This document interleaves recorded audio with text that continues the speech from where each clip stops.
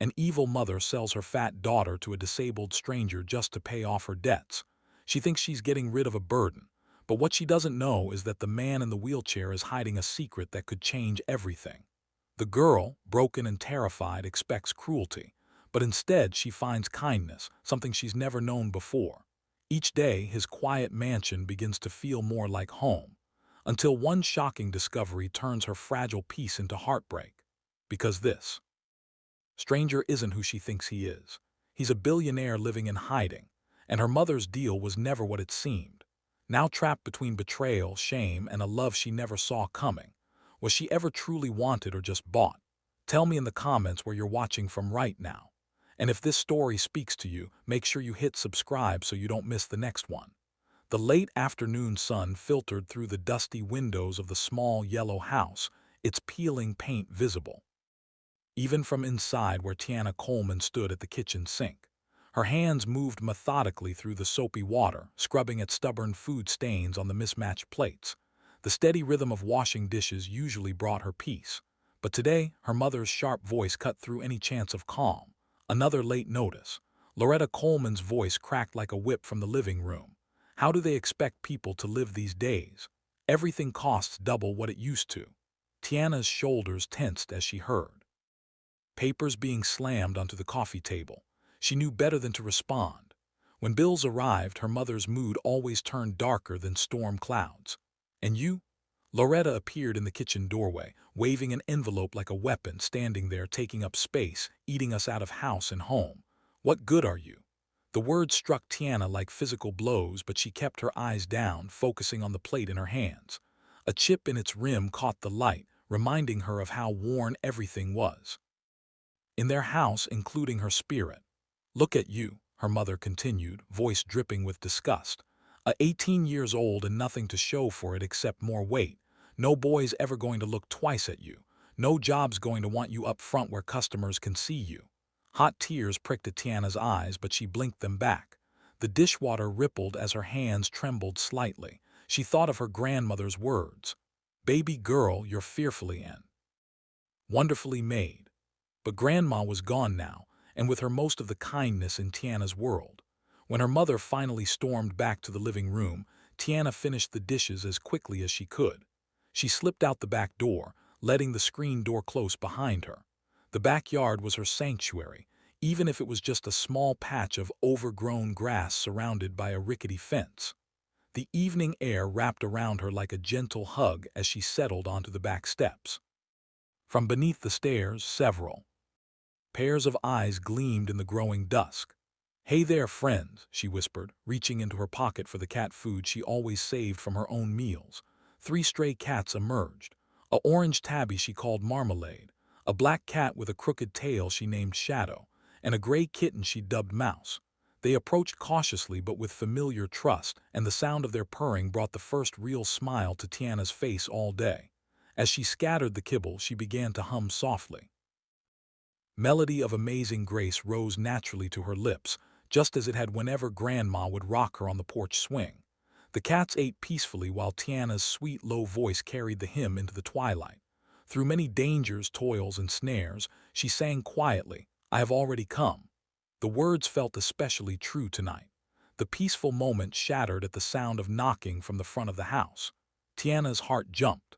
They rarely had visitors, and unexpected ones usually meant trouble. She heard her mother's quick footsteps across the living room floor, followed by the creak of the front door opening. Murmured voices drifted through the house. Curiosity drew Tiana back inside, where she moved silently to peek around the kitchen doorway. A man sat in a wheelchair just inside their living room. The kind of wheelchair that spoke of money, all sleek lines and polished metal. His clothes were expensive, too, though he wore them with an air of discomfort, as if unused to being seen. But it was his face that caught Tiana's attention. Under a shock of dark hair threaded with silver at the temples, his expression held a gentleness she rarely saw in adults. His eyes met hers for a brief moment, and something unreadable flickered across his features before he turned back to her mother. Louise, her mother was saying, her voice honey-sweet in a way that set off warning bells in Tiana's mind. I'm sure we can work something out. The man, Louise, spoke so softly Tiana had to strain to hear. The terms would need to be very clear, Mrs. Coleman. Tiana pressed herself against the wall, heart pounding as she listened to them discuss numbers, arrangements, schedules. The words themselves meant little until suddenly they snapped into focus with horrible clarity. Her mother was making some kind of deal, and Tiana was part of the bargain. She wanted to run, to hide in the backyard with her cats, to wake up and find this was all a bad dream. But her feet seemed rooted to the spot. As Louise and her mother continued their quiet negotiation, when the front door finally closed behind him, Tiana fled to her tiny bedroom, closing the door as quietly as possible. The thin walls did nothing to block the sound of her mother in the living room. The familiar rustle of paper and distinctive snap of bills being counted filled the night air. Tiana lay in her narrow bed, staring at the water. Stains on her ceiling, her grandmother's hymn forgotten as fear of the unknown crept in around her like shadows. Every car that passed made her tense, wondering if it was Louise returning. Every creak of the house's old bones made her start. But gradually, the steady sound of her mother counting money became a terrible lullaby, and exhaustion pulled her toward uneasy dreams.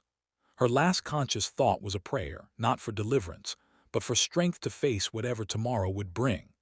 In the darkness of her room, the moon cast patterns through the thin curtains, painting silver shapes across Tiana's quilt, the only thing she had left of her grandmother. Outside, a cat yowled once, then fell silent. And in the living room, Loretta Coleman counted her money again and again, as if to convince herself she'd made the right choice. Morning came too quickly, the pale Georgia sunrise casting long shadows across Tiana's small bedroom. She hadn't slept much, her dreams filled with worried thoughts about what lay ahead.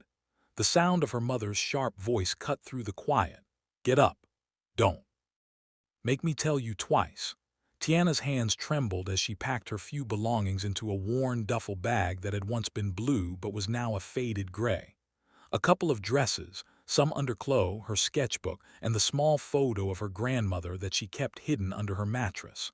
The bag looked pitiful, barely half full. In the kitchen, Loretta stood with her arms crossed, tapping her foot impatiently. Her face twisted into a familiar sneer as she looked at Tiana's outfit, a simple flowered dress that did little to hide her size.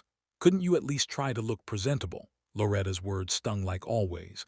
"Though I suppose it doesn't matter, just make yourself useful for once."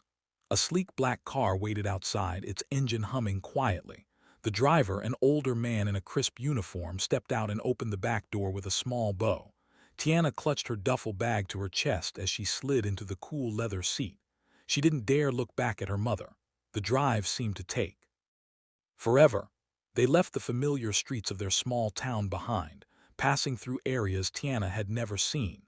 Eventually, they turned onto a private road lined with towering oak trees, their branches creating a natural tunnel overhead. The driveway curved gracefully through manicured grounds until the house came into view. Tiana couldn't help but gasp.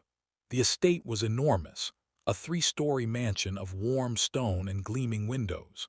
Flowering vines climbed the walls and carefully tended. Gardens stretched in every direction. It was beautiful, like something from a fairy tale, but there was a stillness about it that felt almost sad. The driver carried her bag inside, his footsteps echoing on the marble floor of the entrance hall. Soft classical music drifted through the air from hidden speakers. The walls were lined with paintings, landscapes, portraits, and abstract pieces that made Tiana want to stop and study each one. Louis was waiting in what appeared to be a study, his wheelchair positioned near a large window overlooking the gardens. In the morning light, Tiana could see his features more clearly than the night before. He was handsome in a quiet way, with kind eyes that carried a shadow of old pain. "Welcome, Tiana," he said, his voice gentle but formal. "I hope the drive wasn't too long." "No, sir," she replied softly, looking at her feet. "Please call me Louis."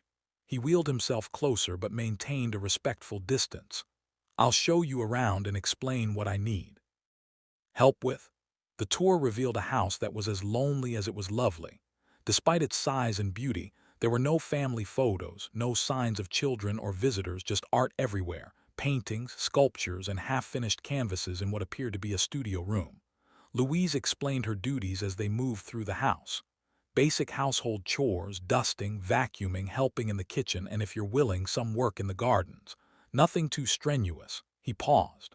The staff quarters are in the East Wing. You'll have your own room and bathroom. Tiana nodded, trying to take it all in.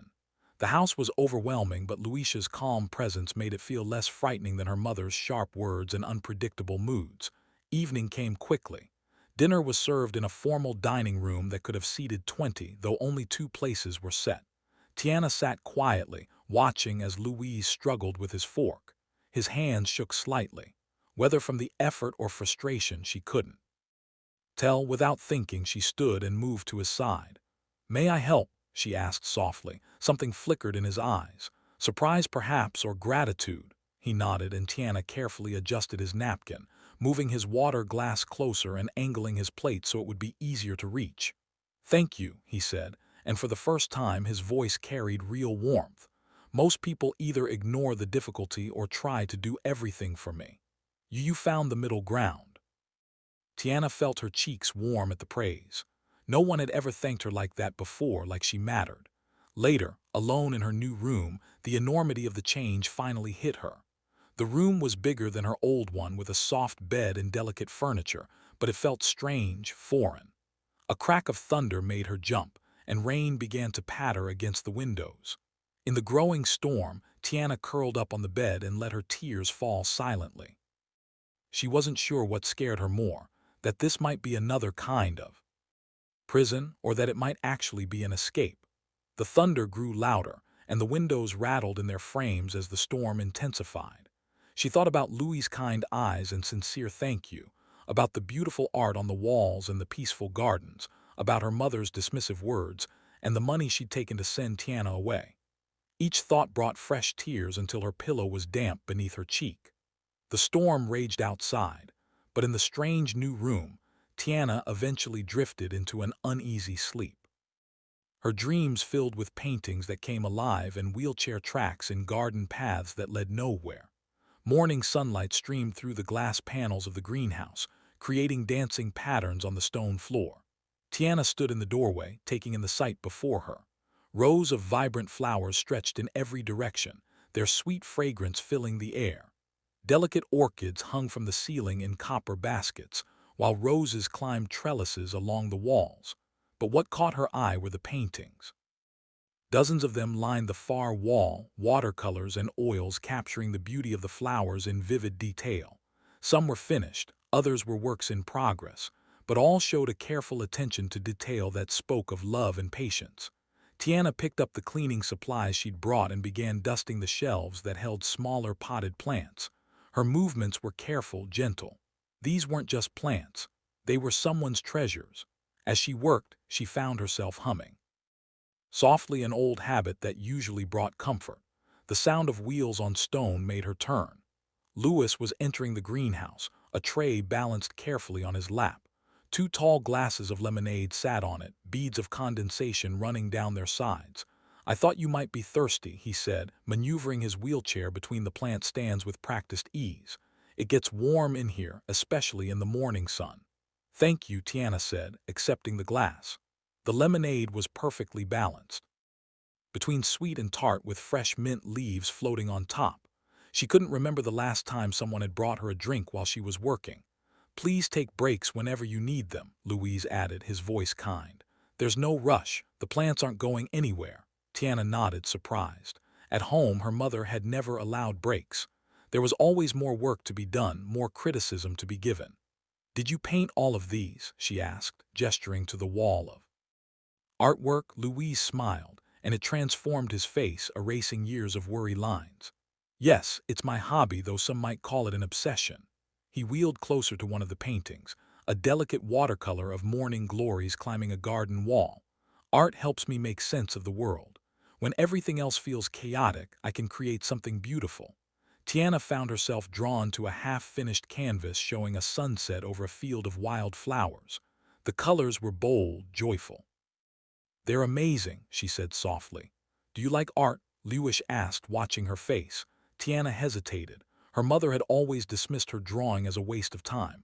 I like to draw sometimes, she admitted, but I'm not very good. Nonsense, Liu said firmly. Art isn't about being good, it's about expressing what's in your heart. He wheeled over to a storage cabinet and pulled out a fresh canvas, some brushes, music, and paints. Come paint with me. Oh no, I couldn't, Tiana protested, but Lewis was already setting up an easel next to his own. Everyone can create, he said. Sometimes we just need permission to try. Hesitantly, Tiana picked up a brush. Louise showed her how to mix colors, how to layer paint to create depth and texture.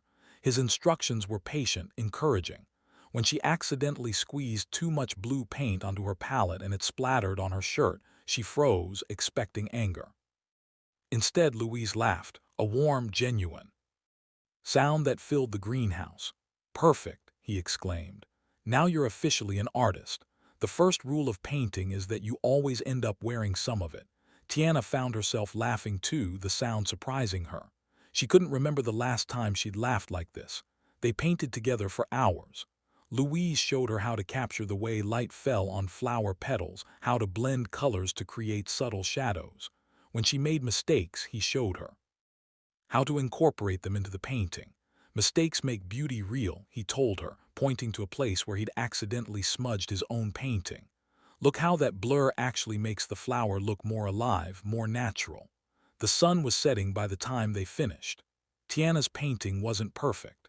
The perspective was a bit off and the colors weren't quite right, but looking at it filled her with a quiet pride she'd never felt before. You have a natural eye for composition, Louise said, studying her work. The way you arrange the flowers shows real artistic instinct. Tiana felt warmth spread through her chest at his words. No one had ever praised her work before. As evening settled over the estate, Tiana helped clean the brushes and put away the supplies. The greenhouse was peaceful in the fading light, the flowers closing their petals for the night. For the first time in years, she felt something she'd almost forgotten existed: peace. Later, after dinner and a shower, Tiana was heading to her room when she noticed something on the floor by her door. It was a note written in Louise's neat handwriting. You are safe here, Louis. She picked up the paper with trembling fingers, reading the words again and again.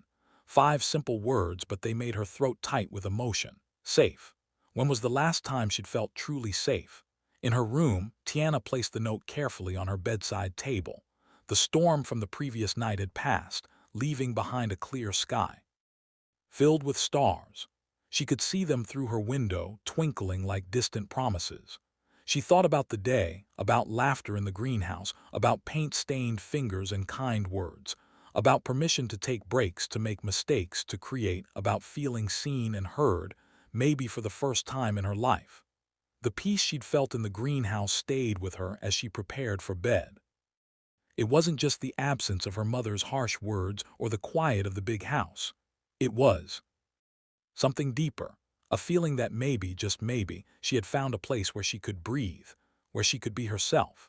With Louis' note watching over her like a guardian, Tiana drifted off to sleep, her dreams filled with colors and light, with laughter and the scent of flowers, with the possibility that tomorrow might bring more moments of joy. The morning sun painted golden stripes across the breakfast table in the sunroom. Tiana arranged fresh-cut flowers in a crystal vase while Louis buttered his toast. It had become their morning ritual over the past few days, sharing quiet breakfasts surrounded by climbing vines and potted plants. The gardenas are blooming beautifully, Louis commented, glancing at the white flowers. You have quite a gift with plants. Tiana smiled shyly. My grandmother taught me about gardening. It was our special time together before she passed. After breakfast, they headed to the garden. Tiana knelt in the soft earth, carefully tending to the vegetable patch, while Louise supervised from his wheelchair, offering guidance about which plants needed attention. Did you always love gardening? Tiana asked, wiping sweat from her brow. Louis's expression softened. Murray, my fiancée, she was the gardener I learned from watching her. He paused, his eyes distant. The accident happened 3 years ago. We were driving home from a charity event. The other driver was drunk. Tiana's hands stilled in the dirt. She'd wondered about his wheelchair but hadn't dared to ask. I'm so sorry, she whispered. Louis nodded, his smile sad but gentle. I lost both her and my ability to walk that night. The doctors say I might walk again with extensive therapy, but he shrugged. Sometimes it's easier to stay in the chair than to hope. Tiana understood about hope, how dangerous it could be. Slowly, she began sharing pieces of her own past. The kids at school used to call me names, she said quietly, focusing on pulling weeds. Mother said I deserved it for being fat. Said if I wasn't so worthless. Her voice cracked. Louise reached out, his hand hovering near her shoulder before withdrawing. You're not worthless, Tiana, not at all. In the afternoons, they painted together in the greenhouse. Louis taught her different techniques, how to capture light and shadow, how to mix colors to create depth.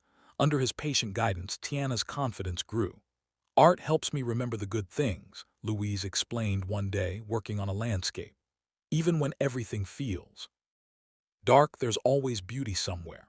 Tiana thought about the drawings she used to hide under her bed, afraid her mother would tear them up. I used to draw at night, she admitted, when mother was asleep. It helped me feel less alone. Louise nodded, understanding. Loneliness can be a heavy burden. As the days passed, their conversations grew deeper. Tiana spoke about the years of emotional neglect, the constant criticism that had worn her down. Louise shared stories about Marie, about their plans for the future that would never come true. One evening, as sunset painted the sky in shades of orange and pink, Louis wheeled into the library where Tiana was dusting shelves. Would you read to me? He asked, holding out a leather-bound book of poetry. My eyes are tired from painting, but I'd love to hear these words again. Tiana settled into a comfortable armchair while Louise positioned his wheelchair nearby. Opening the book, she began to read, her voice soft but clear in the quiet room. The poem spoke of forgiveness, of finding light in darkness, of love that heals old wounds. As she read, something shifted in the air between them, an understanding that went beyond words. Louise closed his eyes, listening to her voice rise and fall with the rhythm of the verses. Tiana felt tears prick her eyes at certain lines that seemed to speak directly to her heart. When she finally closed the book, the room had grown dark except for a single lamp. They sat in comfortable silence, both lost in thought. Later that night, Tiana knelt beside her bed, hands clasped in prayer. Thank you, she whispered, for bringing me here, for giving me peace. Her grandmother had taught her about prayer, about faith that carries through dark times. For the first time in years, she felt that faith stirring again. In his own room, Lewis sat by the window watching stars appear in the twilight sky. His lips moved in a similar prayer of gratitude for the young woman who had brought life back into his home, for the chance to help someone heal, for the unexpected warmth that had begun to thaw his frozen heart. The moon rose over the estate, casting silver light through windows where two souls, once lost in different kinds of darkness, had begun to find their way toward light. Together yet apart, each whispering thanks for the gift of understanding they had found in each other. The afternoon sun streamed through the library windows as Tiana organized books on the shelves. Her fingers traced the spines lovingly. Louise had told her she could read any of them. Such a simple kindness, but it meant the world to her. She was reaching for another dusty volume when Louis's voice drifted in from his study down the hall. The door was slightly ajar, and though she didn't mean to eavesdrop, his worried tone made her pause. Yes, Mr. Holden. The transfer went through as planned. Louis's voice was low but clear. $25,000 as agreed. Tiana's hand froze on the bookshelf. Something about those words made her stomach clench. Of course I know it's a lot of money, Louise continued, but you saw how that woman treated her. What choice did I have? The book Tiana was holding slipped from her fingers, landing with a soft thud on the carpet. Her heart began to pound. No, Loretta Coleman won't be a problem anymore. The legal documents ensure she can't come near Tiana. I made sure of that. There was a pause. Yes, I know buying someone's freedom isn't exactly conventional, but the world tilted sideways. Buying someone's freedom. The words echoed in Tiana's head like a cruel joke. Her legs felt weak as memories crashed over her. Her mother counting money that night, the dismissive way she'd been pushed into the car, Louis's careful kindness that now felt like nothing more than expensive pity. Mr. Holden, I know what people might think, Louis was saying, but when you have billions, what better use for it than saving someone who needs help? Billions. The word hit her like a physical blow. Louis wasn't just wealthy, he was a billionaire, and she was just another charity case, another poor soul he could save with his money. The painting lessons, the gentle conversations, the shared meals. Had any of it been real? Tears blurred her vision as she backed away from the library door. Her chest felt too tight, making it hard to breathe. Without conscious thought, her feet carried her up the stairs to her room. No, not her room. Just another thing he'd bought with his endless money. With trembling hands, she pulled her old duffel bag from under the bed. The same one she'd arrived with, still smelling faintly of home despite everything. She stuffed in a few clothes, moving on autopilot while her mind spun with betrayal. The sound of Louis's wheelchair approaching made her move faster. She grabbed the few dollars she had saved from her old wallet. At least these were truly hers. Tiana. Louis's voice called from the hallway. "Are you all right? I thought I heard." He appeared in the doorway just as she zipped the bag closed. His eyes widened at the sight. "What are you doing?" he asked softly. "How much?" A voice came out roar. "How much did you pay for me?" Louis's face pad. "You heard. $25,000, right?" The words tasted bitter. "That's what my freedom was worth." "Tiana, please let me explain." Louis wheeled closer, but she backed away. "Your mother, what she was doing to you, I had to find a legal way to get you out to make sure she couldn't hurt you anymore. So you bought me." Tears spilled down her cheeks. Like property, like some kind of charity project for a bored billionaire. "No." The pain in his voice almost made her waver. "Everything that's happened here, every conversation, every moment, it was real. I never meant to deceive you about who I was. I wanted you to feel safe first, to know me as a person, not a bank account." Thunder rumbled outside as storm clouds gathered, matching Tiana's turbulent emotions. "I trusted you," she whispered. I thought someone finally saw me as a person worth knowing, but I was just another problem you could throw money at." "That's not true." Louis reached for her hand, but she pulled away. "Yes, I used my money to help you, but not because I pied you. Because I saw your strength, your gentleness, your beautiful spirit trapped in music, that terrible situation. I couldn't bear to watch you suffer when I had the means to help." But all Tiana could hear was her mother's voice. "Make yourself useful for once." She'd been sold like furniture, her fate decided by others with money and power. Even if Louis's intentions were kind, the humiliation burned too deep. "I have to go," she choked out, slinging the bag over her shoulder. "Please," Louis begged, his composed facade cracking. "Where will you go? At least let me help." "I don't want your help." The words burst out louder than she intended. "I don't want your money or your pity or your charity. I want to be free. Really free." She ran past him down the stairs, her vision blurred with tears. Behind her, she could hear the frantic sound of his wheelchair following. "Tiana, wait, please." She yanked open the front door just as the first raindrops began to fall. The cool air hit her face, carrying the scent of coming storm. "Tiana." Louis's voice broke as he called from the porch. "Please don't go, please." But she was already running down the driveway, her feet splashing through puddles as the rain began to fall harder. Each step took her further from the warmth and safety she'd found in his home, but she couldn't stop.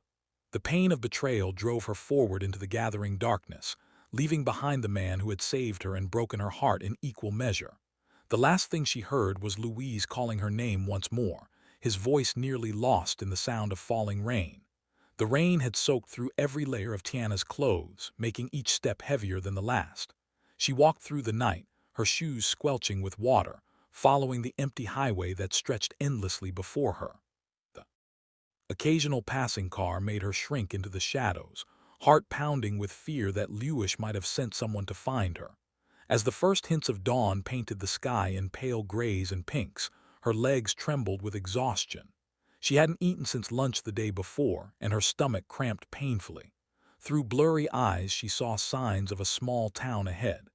Gibson Falls, population 2,342. The streets were mostly empty at this early hour, save for a few delivery trucks and early risers heading to work. Tiana's teeth chattered as a cool morning breeze cut through her wet clothes.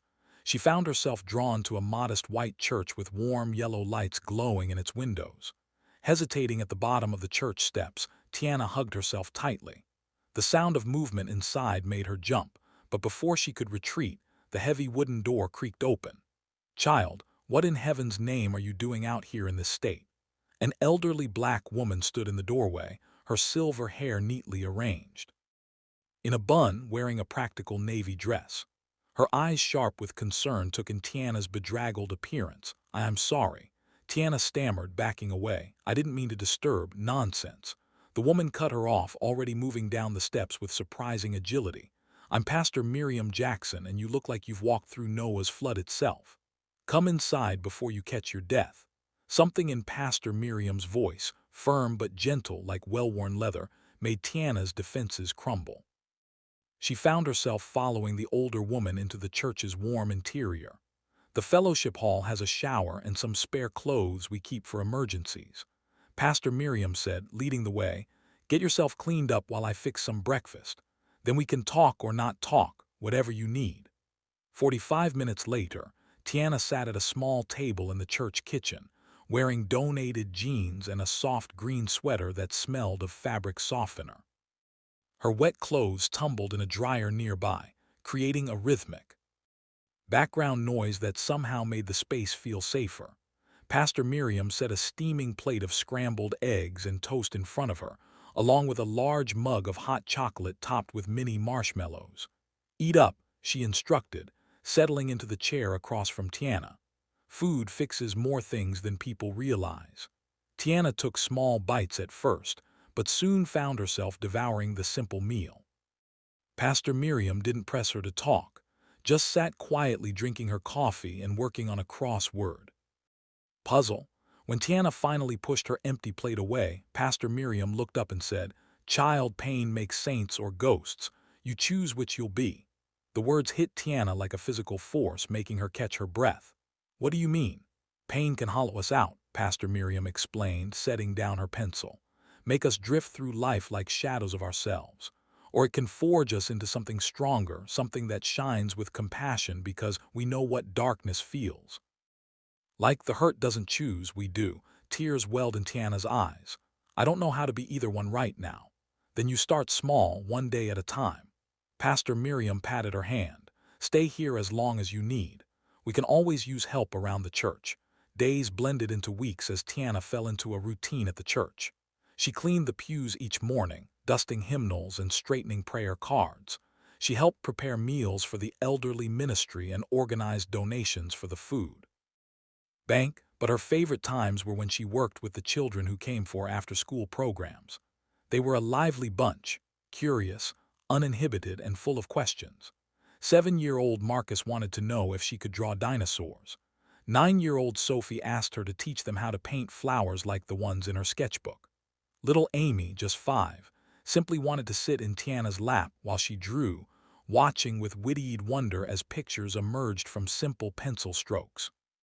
One afternoon, as the children gathered around her usual spot in the fellowship hall, Tiana found herself sketching their faces. She captured Marcus' gap-toothed grin, Sophie's determined expression as she concentrated on her own drawing, Amy's delicate profile as she napped on a nearby bean bag. Their laughter and chatter filled spaces in her heart she hadn't realized were empty. When they proudly showed her their own artwork, stick figures and rainbow houses and flowers with too many petals, she felt a warmth that had nothing to do with pity or obligation. At night, after the church grew quiet, Tiana often sat on the small balcony outside her temporary room. The stars seemed brighter here than in the city, scattered across the dark sky like diamonds on velvet. Sometimes she caught herself wondering if Louis was looking at these same stars, if he ever thought about her, if he understood why she had to leave. She didn't know that miles away in his sprawling estate, Louise sat in his wheelchair by the window, scrolling through his tablet. The screen showed dozens of news articles about local charities receiving anonymous donations. The food bank at Miriam's church, their children's art program, the elderly ministry, the building renovation fund. Each donation came with no strings attached, no recognition required. Louise paused on a small photo accompanying one article. In the background, barely visible, was a familiar figure helping children with art supplies. His finger hovered over the image of Tiana's smile. Different now, more genuine than he'd ever seen it at his house. He closed the browser without zooming in, respecting the distance she had chosen to put between them. The tablet screen went dark, reflecting his face and the same stars Tiana watched every night. In the quiet of his study, surrounded by the wealth that had failed to buy what mattered most, Louise whispered a prayer of thanks that she had found her way to somewhere she could truly music heal. Back at the church, Tiana added another sketch to her growing collection. This one of Pastor Miriam surrounded by children, her face creased with joy. Below it she wrote the words that had changed her course. Pain makes saints or ghosts. You choose which you'll be. The choice was becoming clearer every day, drawn in the laughter of children, colored with the kindness of strangers, and illuminated by stars that seemed to whisper of possibilities she was finally ready to believe in. 3 months passed like pages turning in a well-loved book, each day writing a new chapter in Tiana's life at the church. The transformation wasn't just in her spirit. Her body began to reflect the healing happening within. Regular meals, peaceful sleep, and daily walks around the church grounds had worked quiet miracles. Her face, once shadowed by worry, now glowed with natural warmth. The dark circles under her eyes faded, replaced by a sparkle that matched her growing smile. Her clothes, the same ones she'd brought in her small duffel bag, hung looser now, but in a healthy way. Even her steps had changed, no more shrinking or trying to disappear. She walked with purpose, her head held higher with each passing week. Lord have mercy, child, Mrs. Thompson, one of the elderly church members, remarked one Sunday morning, "You're blooming like my spring garden." Tiana blushed, still learning to accept compliments. "It's just the fresh air, I guess." "Fresh air and fresh hope," Pastor Miriam added, appearing beside them. "Speaking of which, Tiana, I've been watching how you are with the children. Have you ever thought about teaching?" The question caught Tiana off guard. "Teaching me? An art class?" Miriam clarified, her eyes twinkling. "The children love your drawings. Maybe it's time to share that gift more formally." The idea took root quickly. Within a week, Miss Tiana's art hour was added to the church's activity schedule. She started music small, just 6 children and some basic supplies donated by church members. But word spread faster than spilled paint. Soon 20 children crowded around tables in the church basement every Tuesday and Thursday afternoon. They ranged from tiny 4-year-olds barely able to hold pencils to 12-year-olds discovering their own artistic voices. Tiana taught them more than just how to draw. She showed them how to see beauty in unexpected places. "Look at this tree," she'd say, holding up a leaf with broken edges. "See how the cracks make patterns. Sometimes the most beautiful things aren't perfect at all." The children's artwork began decorating the church walls, bright, hopeful pictures that made people smile during Sunday services. But it was Tiana's own paintings displayed in a quiet corner that drew the most attention. They were simple scenes. Sunlight through stained glass, children playing, flowers pushing through concrete cracks, but they radiated something special. "There's such light in them," Pastor Miriam observed one day studying a watercolor of doves taking flight. "You paint hope, Tiana." Miles away in a different kind of sanctuary, Louis Kane was fighting his own battle with hope. His physical therapy sessions had intensified, driven by a determination he couldn't fully explain to his doctors.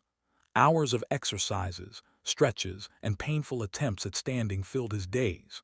"You're pushing yourself hard," his therapist commented during one particularly challenging session. Louis gripped the parallel bars, sweat beading on his forehead as he forced his legs to hold his weight. The braces helped, but the strain was evident in every muscle.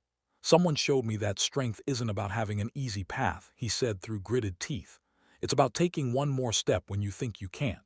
He managed to stand for 30 seconds that day, a personal record. Later in his study, he added it to his growing collection of unsent letters to Tiana. "Dear Tiana," he wrote, his handwriting slightly shaky from exhaustion. "Today I stood for half a minute. The doctors said I might never walk again. But they didn't know about you. They didn't know how seeing your courage would change everything. I hope wherever you are, you're standing tall too." The letter joined dozens of others in a wooden box on his desk. Each one captured a moment he wished he could share with her. Small victories, quiet revelations, and endless gratitude for the brief time she'd been part of his life. One evening, as autumn painted the trees in gold and crimson, Pastor Miriam found an envelope in the church's mail. Inside was a check with 5 zeros before the decimal point made out to Tiana's Hope Fund. The only note attached read, "For art supplies, dreams, and second chances."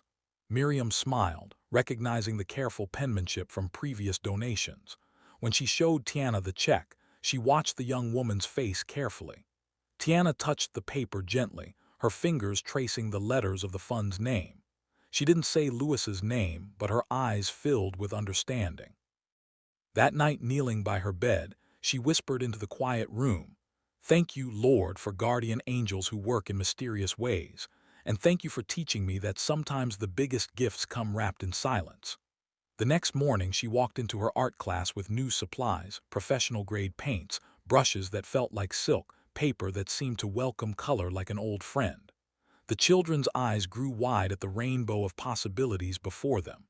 "Today," Tiana announced, her voice strong. "And sure, we're going to paint something special. We're going to paint hope." And as 20 young artists bent over their papers, tongues stuck out in concentration, Tiana looked around the room filled with light and laughter and love. Her cheeks glowed with health and purpose.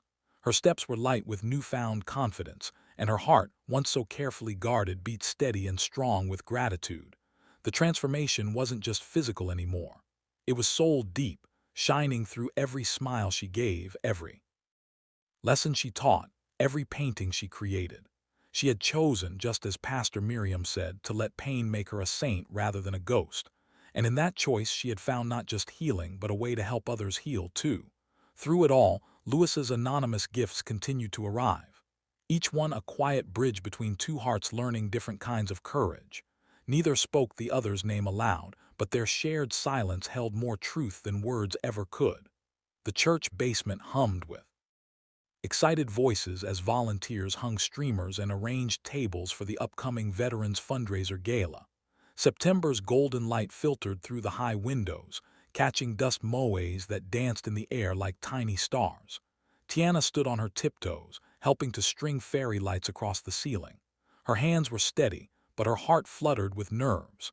Pastor Miriam had asked her to be the keynote speaker, and the weight of that responsibility pressed heavy on her shoulders. "You don't have to do this if you're not ready," Pastor Miriam said softly, noticing Tiana's distracted expression. Tiana climbed down from the step ladder, wiping her palms on her jeans. "I want to," she said. "These veterans' music, they know what it's like to feel broken and put back together. Maybe my story can help them see their scars differently."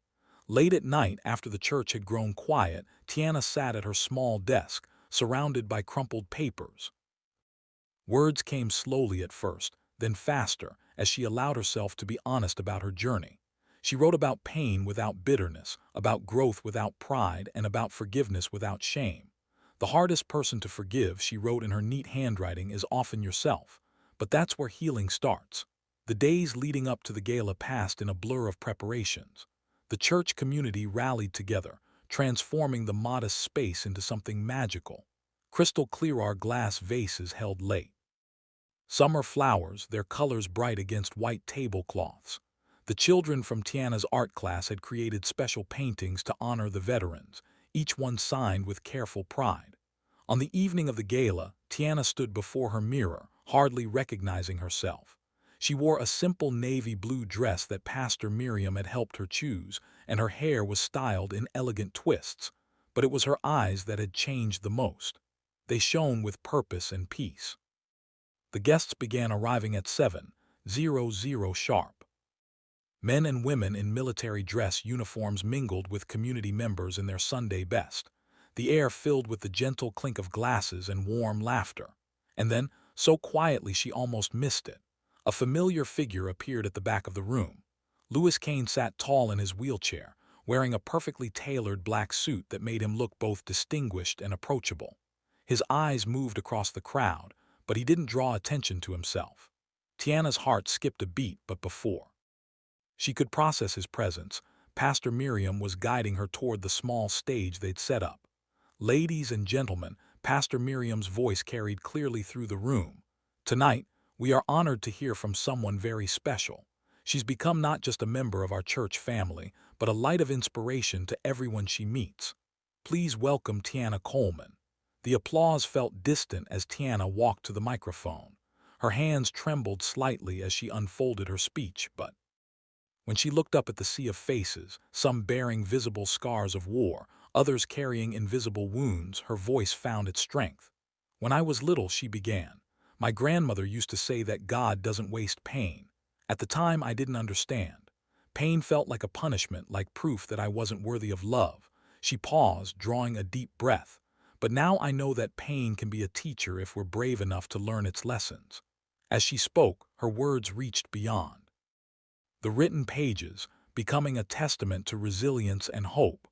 She talked about the darkness of feeling worthless, the courage it takes to accept help, and the transformative power of unconditional kindness.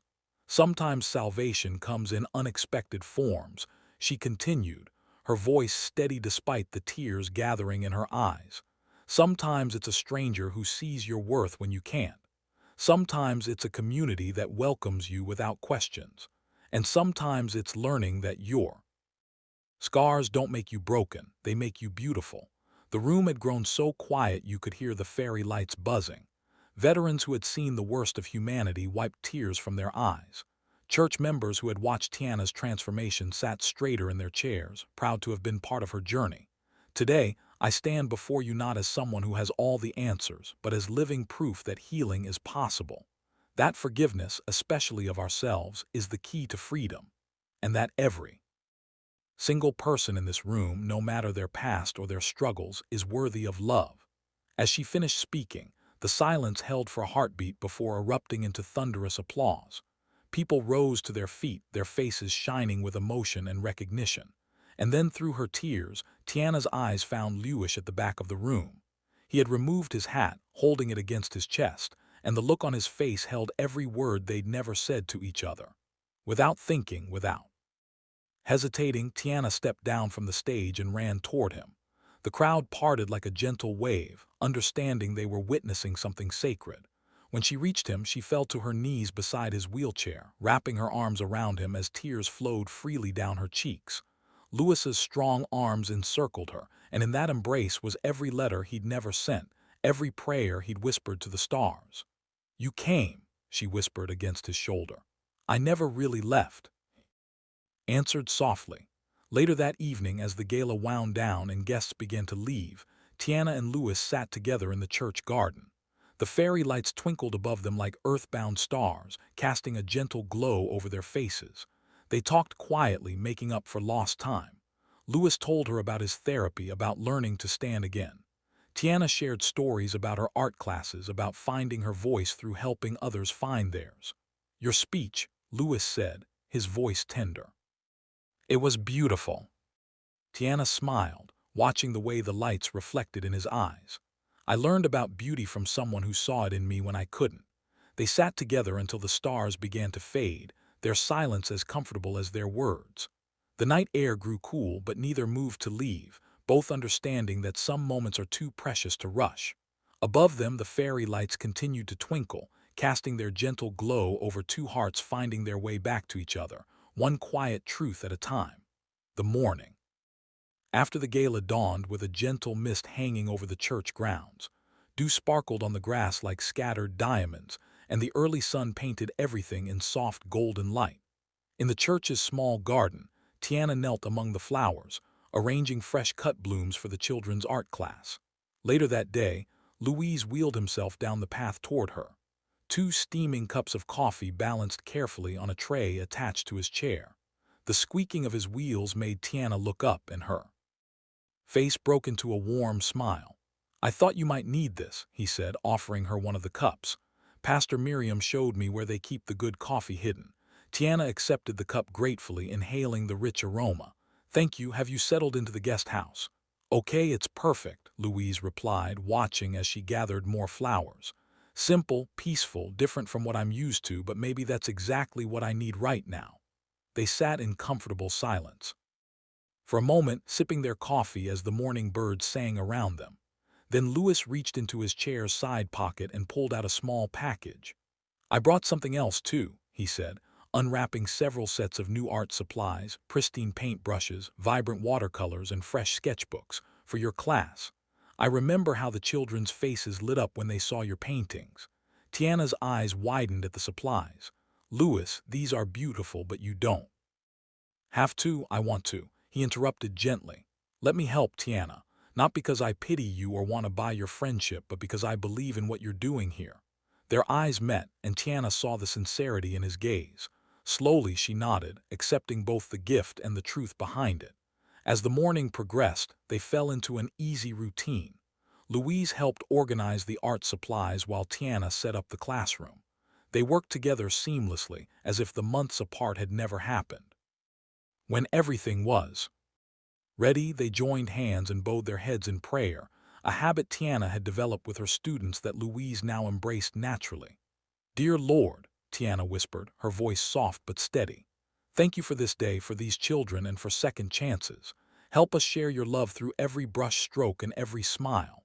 Amen, Louis added quietly, giving her hand a gentle squeeze before letting go. Later, as they watched the children file in for class, Louise noticed how Tiana's entire being seemed to light up.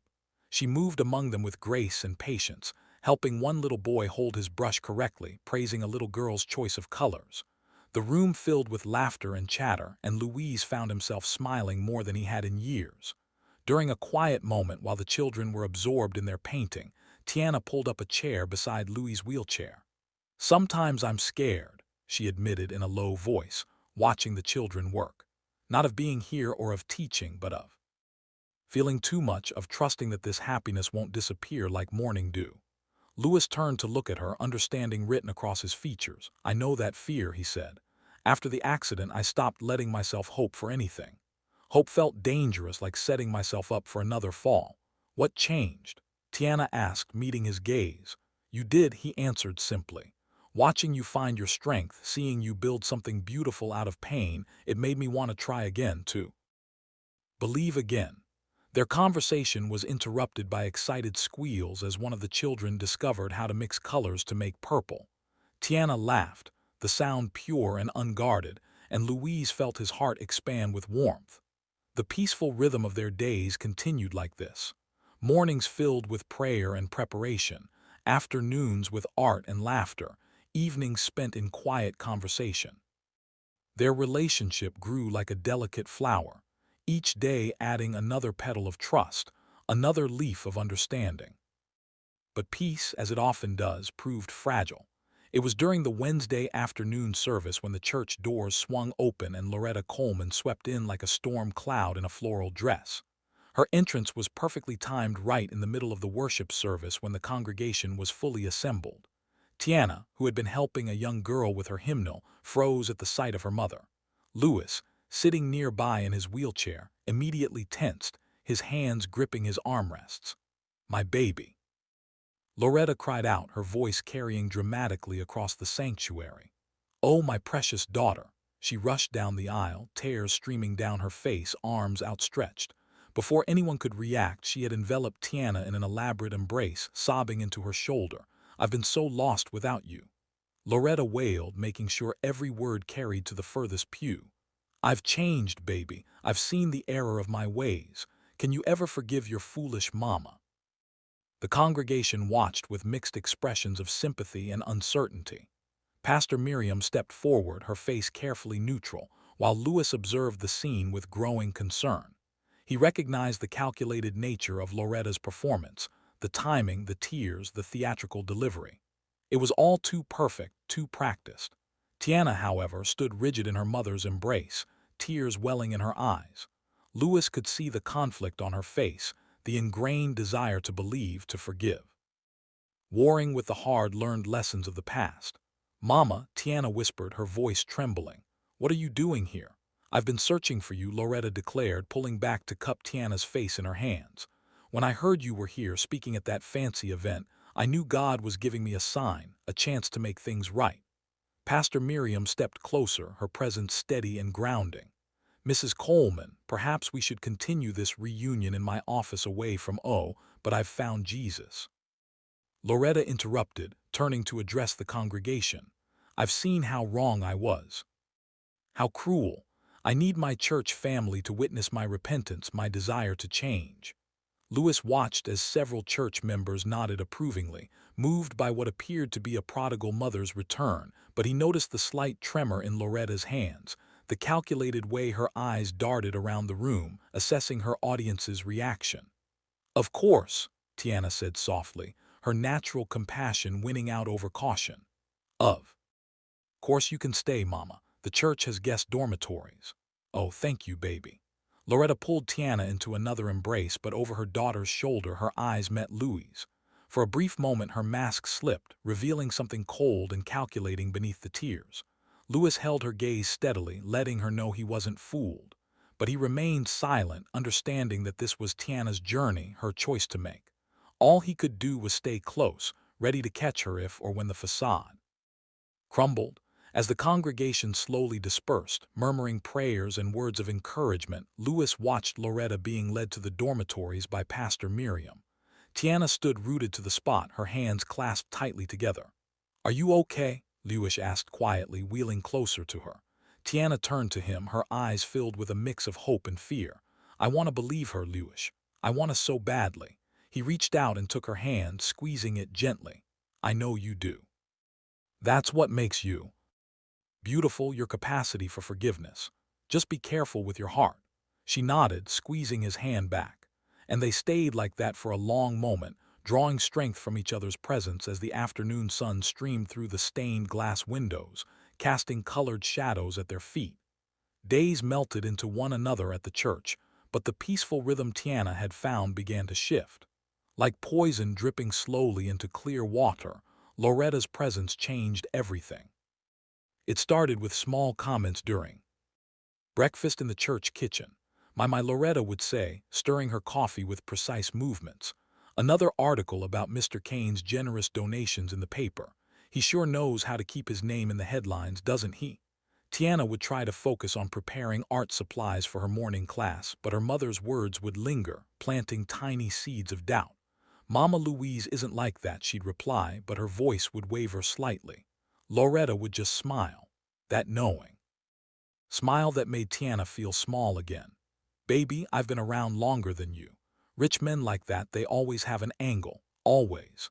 One morning while Tiana was setting up her classroom, Loretta drifted in holding a newspaper. "Look here, sugar," she said, pointing to a headline that read, "Reclusive Billionaire Kane makes waves with church donations." Funny timing, isn't it? Right when you're getting noticed for your work with the children. Tiana's hands trembled as she arranged paint brushes. "He's just being kind, Mama, kind." Loretta laughed softly. "Oh, baby, you're just his project, his way of showing the world what a good man he is, saving the poor fat black girl that's publicity gold." "Stop it," Tiana whispered, but the words had found their mark. Over the next few days, Tiana began to see shadows where there had been light. Every time Louise smiled at her, she wondered if it was genuine. When he praised her art classes, she questioned his motives. The newspaper headlines seemed to mock her, each one a reminder of the vast gulf between their worlds. She started making excuses to miss their afternoon art sessions. "I need to prepare for tomorrow's class," she'd say, or "I'm not feeling well today." Each time Louis's face would fall slightly, but he'd nod understanding. His calls went unanswered. Text messages received brief replies. The distance between them grew like frost spreading across a window. "You're getting stronger," Loretta would say approvingly. "Standing on your own 2 feet, that's my girl." But at night, Tiana would lie awake, her heart aching. She'd remember the greenhouse, the laughter, the way Louise looked at her like she mattered. Was it all just for show? One particularly difficult evening, after dodging another of Louis's attempts to talk, Tiana sat in her classroom long after the children had gone. The setting sun painted the walls orange, reminding her of evenings spent painting with Louise. Her eyes burned with unshed tears as she pulled out a piece of paper. The words came slowly, painfully. "Dear Louise, maybe I need to stand on my own now." She left it on her desk, knowing he would find it when he came looking for her tomorrow. As she walked out, thunder rumbled in the distance, just like that night she'd first run away from his house. The symmetry wasn't lost on her. Meanwhile, Louise had wheeled himself into the empty classroom, hope still clinging to his heart that he might find her there. The note lay on her desk like a fallen leaf. As he read it, his shoulders slumped. the weight of loss settling over him like a heavy blanket. He sat there for a long while. The note crumpled in his hand as thunder grew louder outside. The room that had once been filled with children's lambda and Tiana's gentle voice now felt as empty as his house had been before she came into his life. The drive home was silent, except for the growing storm. His driver knew better than to speak, having witnessed the joy Tiana had brought to his employer's life, and now seeing it slip away again. Thunder crashed outside his bedroom window that night, an echo of that first loss. Louise sat in his wheelchair, staring out at the rain streeing another stormy night when she'd left. The parallel was cruel. Twice now he'd lost her to doubt and fear. The rain beat against the windows, matching the rhythm of his heart.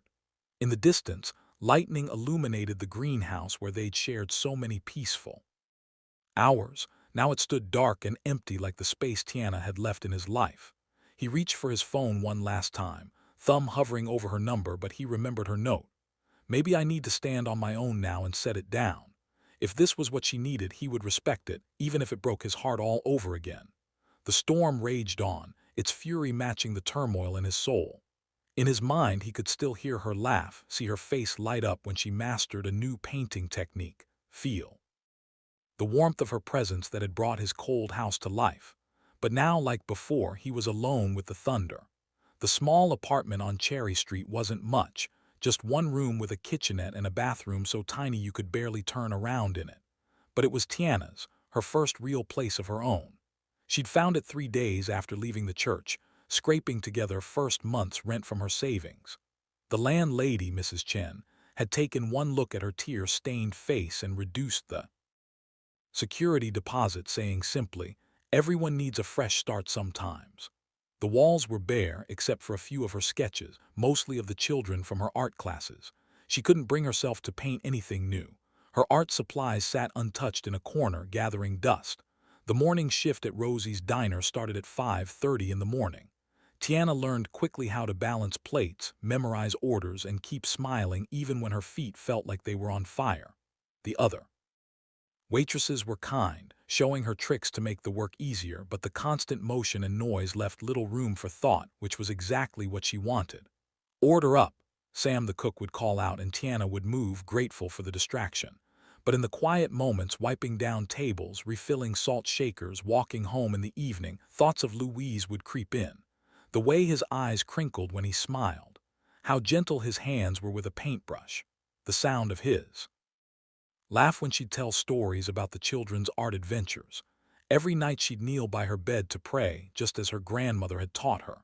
The words felt hollow now, echoing in the empty room. "Dear Lord," she'd begin, then fall silent, unsure what to ask for anymore. The television stayed off. She couldn't bear to see any news about Louis Kane's charitable works. Each headline felt like an accusation now, her mother's words poisoning even the memory of his kindness. One Tuesday morning, while Tiana was clearing tables, the bell above the diner door chimed. She looked up to see Pastor Miriam's familiar figure, dignified even in the fluorescent lighting.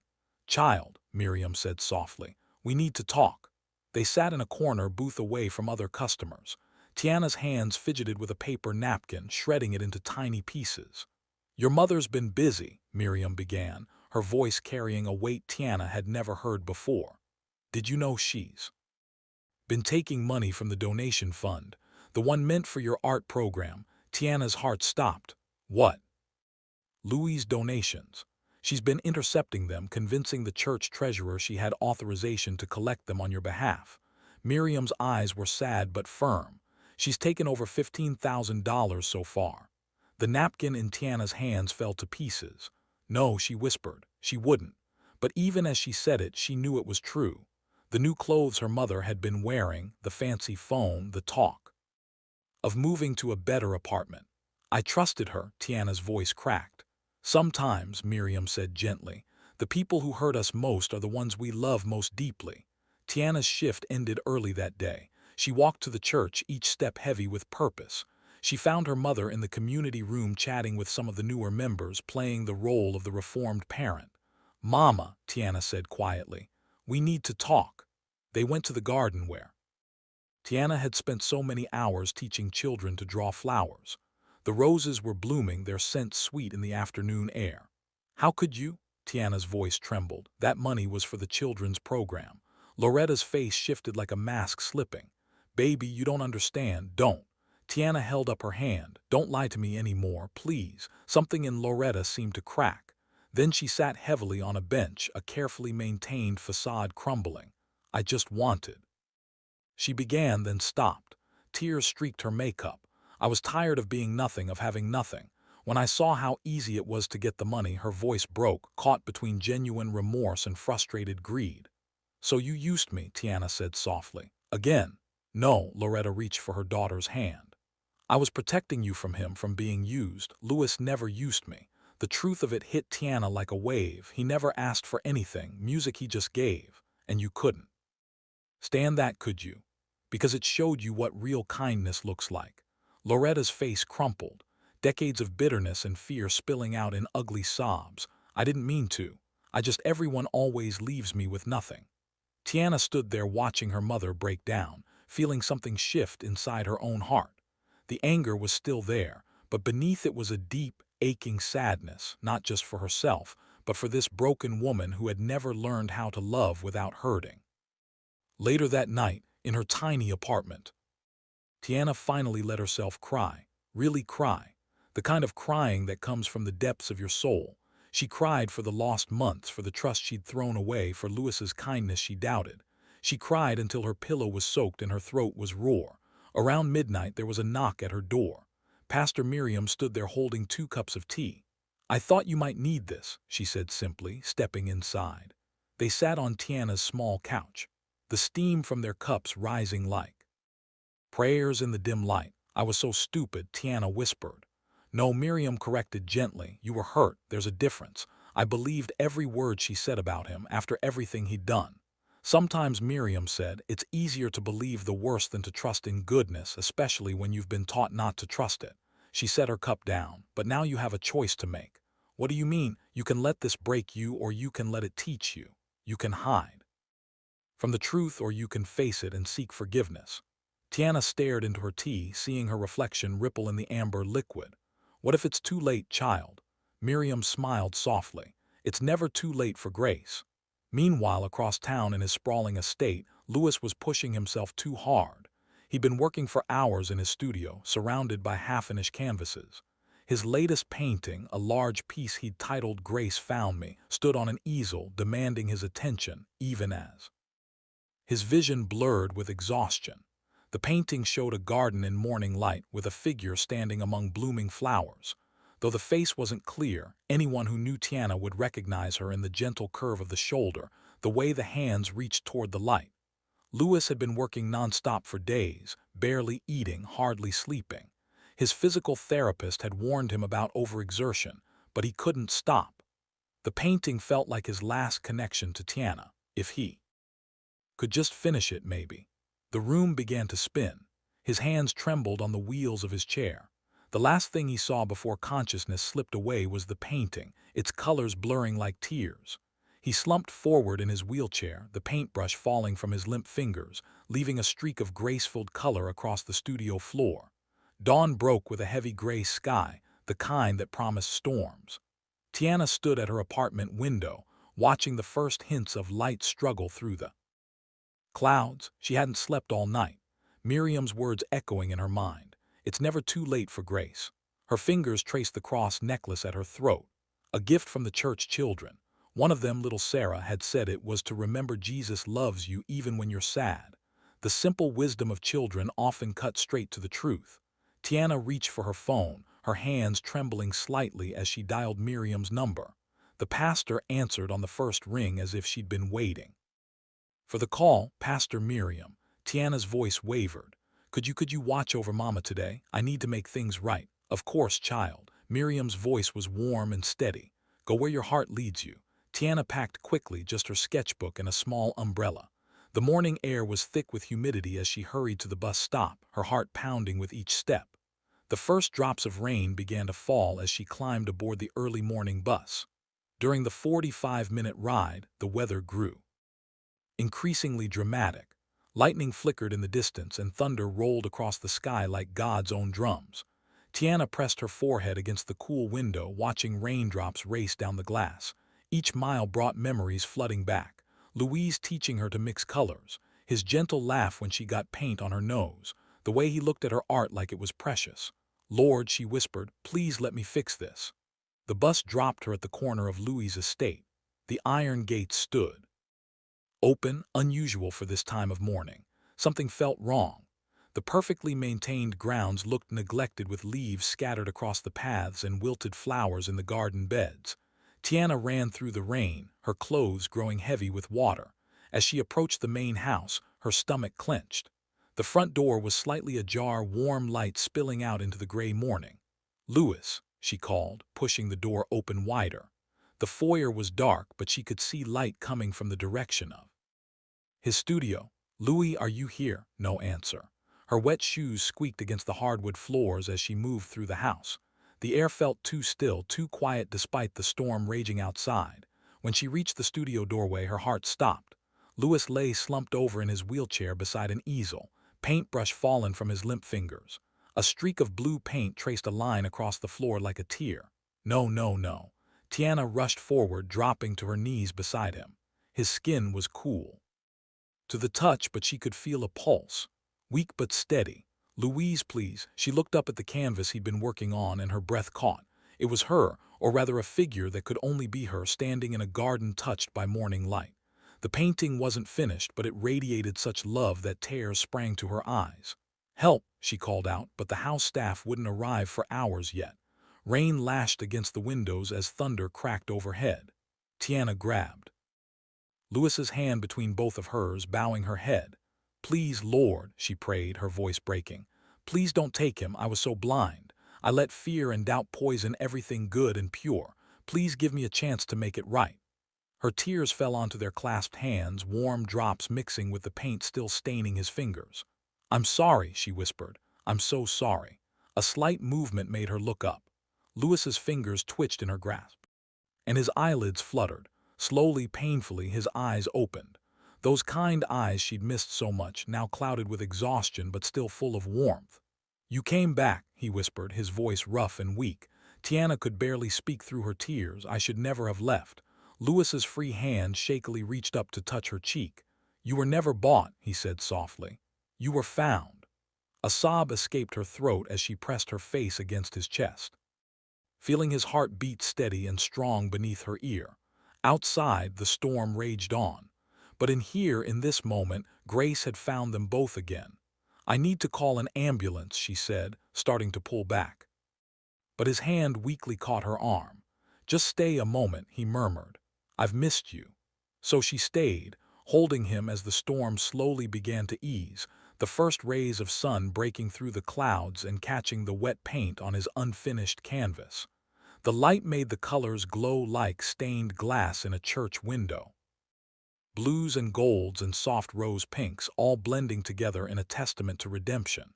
Lucia's breathing steadied, growing stronger with each passing minute. When he spoke again, his voice was clearer. "I couldn't stop painting you," he admitted. "Even when you were gone, you were still here." He gestured weakly at the canvases lining the walls. Dozens of paintings, all capturing different moments of their time together. Tiana's heart ached as she looked at them. There she was, reading to children at the church, tending the garden, laughing in the sunroom. Each painting was filled with such tenderness it brought fresh tears to her eyes. "I thought," she started, then had to take a breath. "I thought maybe it was all just charity, that I was just another project, like Mama said." "Never," Louise said firmly, despite his weakness. "You were the one who made me want to live again, to try walking again, to believe in miracles again." Thunder rumbled in the distance, softer now, like God's gentle reminder of his presence. Tiana helped Louise sit up straighter in his chair, nodding with concern how thin he'd become. "We need to get you checked out," she insisted. "You're exhausted." He nodded, too tired to argue. As she reached for her phone to call for help, he caught her hand once more. "Promise me something," he asked. "Anything. Promise you'll stay this time, not because you have to, but because you want to." Tiana squeezed his hand, feeling the dried paint crack between their palms. "I promise we'll figure this out together. A shaft of sunlight broke through the studio windows, catching the droplets of rain still clinging to the glass. They sparkled like diamonds, casting tiny rainbows across the room. Nature's own celebration of grace restored. The days following Louis's collapse were filled with quiet healing. The doctors had insisted on overnight observation at the hospital, diagnosing severe exhaustion and dehydration. When he returned home, Tiana transformed his room into a peaceful sanctuary, bringing in comfortable cushions and fresh flowers from the garden. "You need proper rest," she told him firmly on his first morning back, arranging his medications and a glass of water on the side table. "Doctor's orders." Louis smiled weakly from his wheelchair. "Only if you promise to stay and read to me again." So began their new routine. Each morning, Tiana would help Louis with his exercises, supporting him as he worked with his physical therapist. Determination in his eyes reminded her of the strength she'd first seen in him. Not just physical strength, but the quiet power of a spirit refusing to give up. In the afternoons, she'd sit beside him in the sunroom, reading from his worn Bible. Her voice filled the space with ancient words of comfort as sunlight streamed through the windows, painting patterns across the floor. "The Lord is my shepherd," she read one afternoon, her voice soft but clear. "I shall not want. He makes me lie down in green pastures." Louis closed his eyes, letting the familiar verses wash over him. "My grandmother used to read that to me," he said when she finished. "After the accident, I couldn't bear to hear it anymore. But now," Tiana prompted gently, "now it feels like coming home."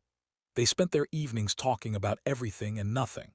Their fears, their dreams, the way faith felt like a quiet river running beneath their lives. Louis shared stories about his late fiancé without the heavy weight of guilt that had once accompanied her memory. "She would have liked you," he told Tiana one evening as they watched the sunset paint the sky in shades of pink and gold.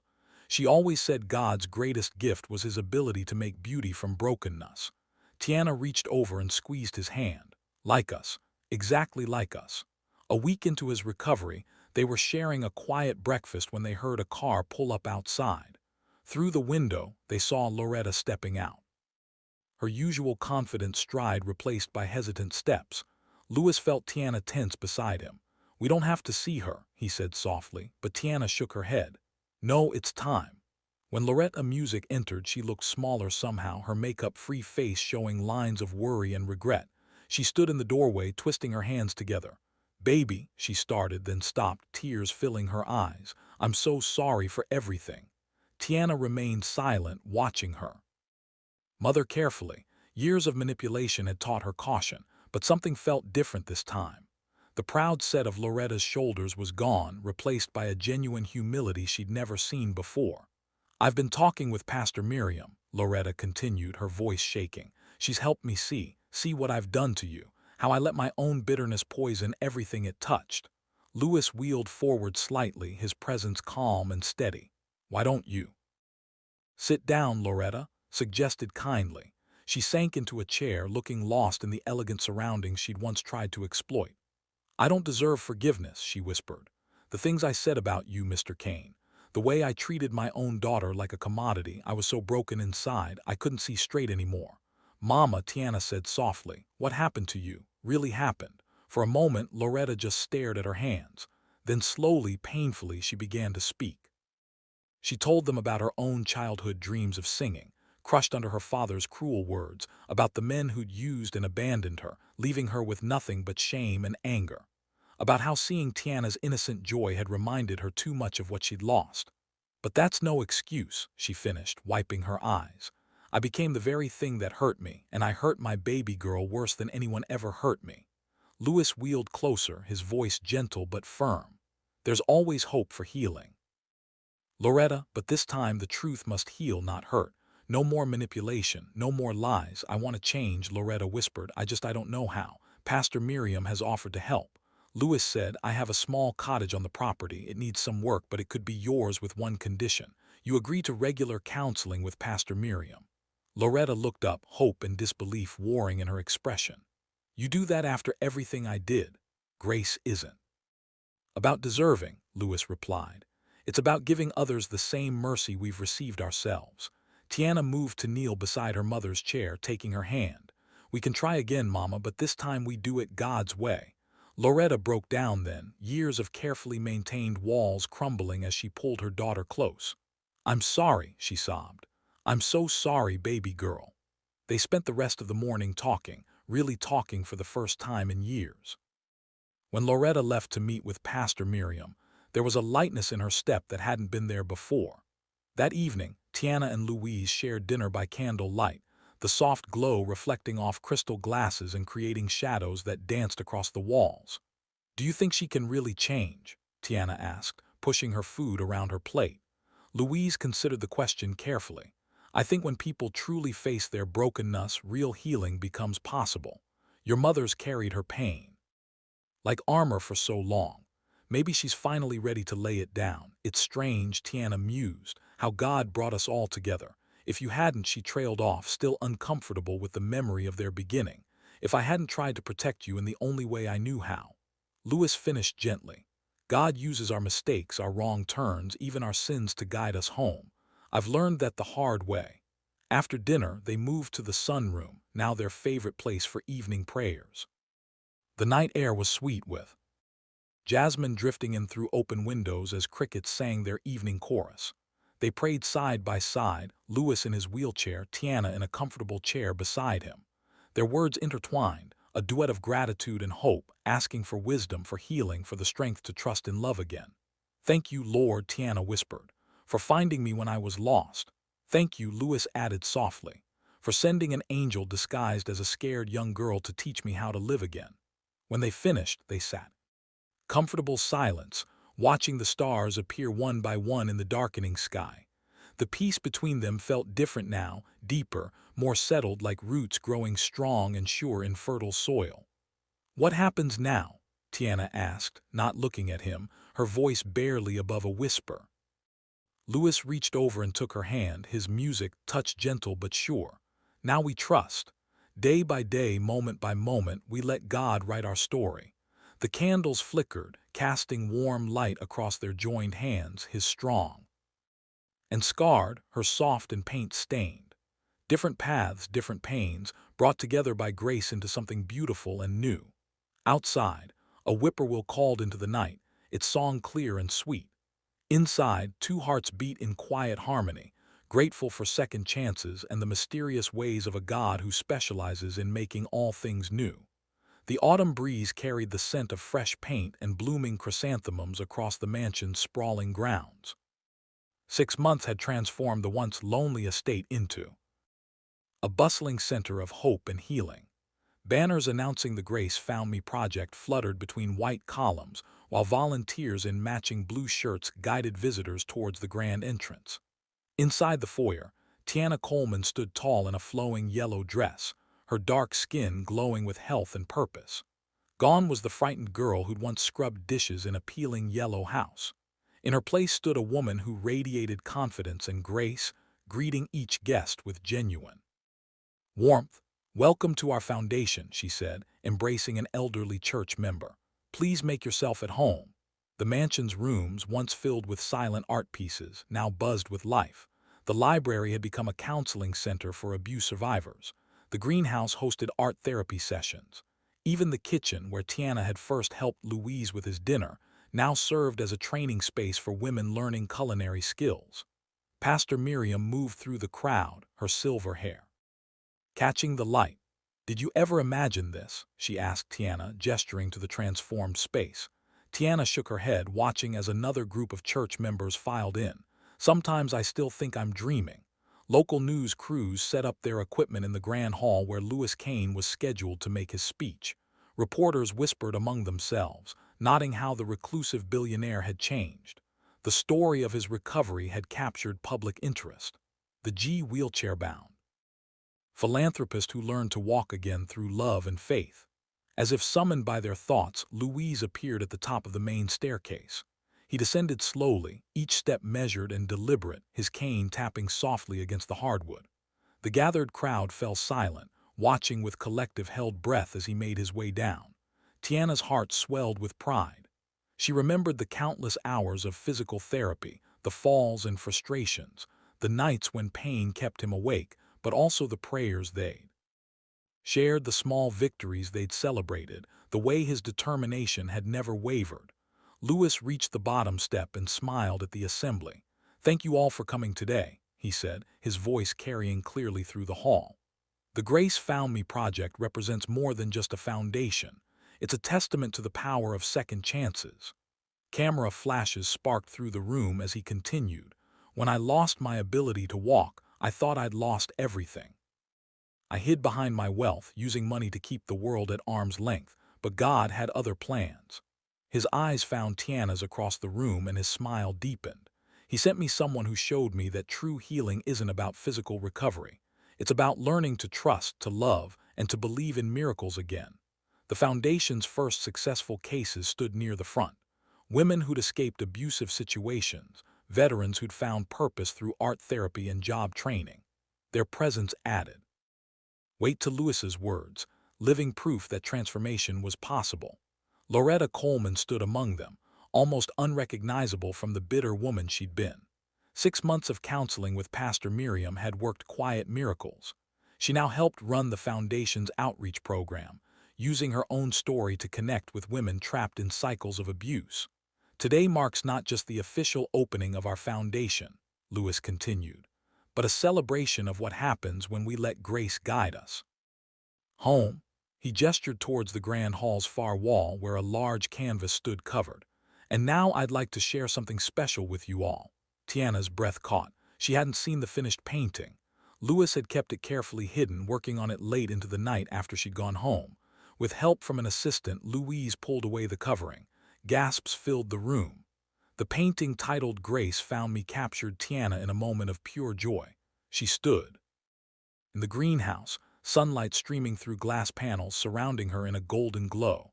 But it wasn't just a portrait. It was a story told in light and shadow. In the background, subtle shapes suggested broken chains, rising doves, and reaching hands. Her face held both vulnerability and strength, tears and laughter past pain and present joy. "This woman," Louise said, his voice thick with emotion, "taught me what real healing looks like, not by words but by example.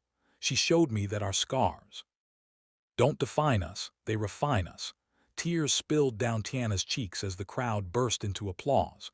Church members who'd watched her growth from scared girl to confident leader wiped their own eyes. Pastor Miriam squeezed her hand, whispering, "Look what God has done." The rest of the afternoon flowed like a dream. Local media interviewed Foundation beneficiaries, each story adding to the tapestry of hope being woven. Children from Tiana's art class performed a special song they'd written about new beginnings. The church choir filled the mansion with hymns of praise and thanksgiving. As sunset painted the sky in shades of pink and gold, guests gathered in the garden for refreshments. Tiana found herself by the fountain where tiny lights twinkled in nearby trees. She remembered feeding stray cats in her mother's backyard, humming her grandmother's hymns, dreaming of escape. "Penny, for your thoughts." Louise appeared beside her, his cane glinting in the fading light. "I was just thinking about how far we've come," she said softly. "How many lives will change because you dared to care about one scared girl?" Louis shook his head. "Because we dared to believe in something bigger than ourselves." He gestured to the mansion behind them, now alive with purpose. "This is your vision too, Tiana. You showed me that wealth means nothing without compassion." They watched as Loretta helped serve desserts, laughing with church members who'd become like family. Pastor Miriam sat with a group of veterans, her gentle presence drawing out stories of hope from tales of struggle. Children darted between tables, their joy infectious. "Grace found me," Tiana whispered, echoing the painting's title. "And now we get to help it find others." The evening air filled with music as the church choir began another song. Lou and Tiana stood together by the fountain, music, watching their dream take flight, surrounded by the beautiful proof that love, faith, and second chances could transform not just two lives, but an entire community. As twilight deepened into evening, the mansion filled with the warm buzz of celebration. Laughter echoed through halls that had once known only silence. The aroma of home-cooked dishes wafted from the kitchen where Loretta moved with newfound grace, serving plates with genuine smiles that reached her eyes. "Try the peach cobbler," she urged guests, a voice carrying none of its old bitterness. Old family recipe finally doing it justice. Pastor Miriam gathered everyone in the grand room, her weathered hands raised in blessing. "Lord," she prayed, her voice rich with emotion, "we thank you for bringing these two souls together. May their partnership continue to be a beacon of your grace, showing others the way home." The gathered crowd responded with heartfelt amens as Tiana and Louise exchanged glances full of quiet joy. As the evening wound down, guests began departing with warm hugs and promises to return. The mansion gradually emptied, leaving behind the lingering echoes of fellowship and celebration. Tiana and Louise found themselves on the wide front porch, surrounded by the gentle symphony of cricket songs and summer breeze. Fireflies danced in the garden below, their lights twinkling like earthbound stars. Louis reached for Tiana's hand, his touch gentle but sure. "We found grace," he said softly, "where the world saw nothing but broken pieces." Tiana leaned against his shoulder, feeling the steady rhythm of his breathing. "Maybe that's what love really is," she whispered, seeing the beauty others miss. From the direction of the church, carried on the evening air, came the distant sounds of choir practice. The familiar hymns floated across the darkness like a blessing. They sat together in peaceful silence, their clasped hands speaking volumes words couldn't express. Two souls who had known deep wounds now healed by faith, forgiveness, and each other's love, living proof that no heart was beyond redemption's reach. Thank you for being here. If something in this story stayed with you, I'd love to see you again. Subscribe and tomorrow I'll bring you another story crafted with heart.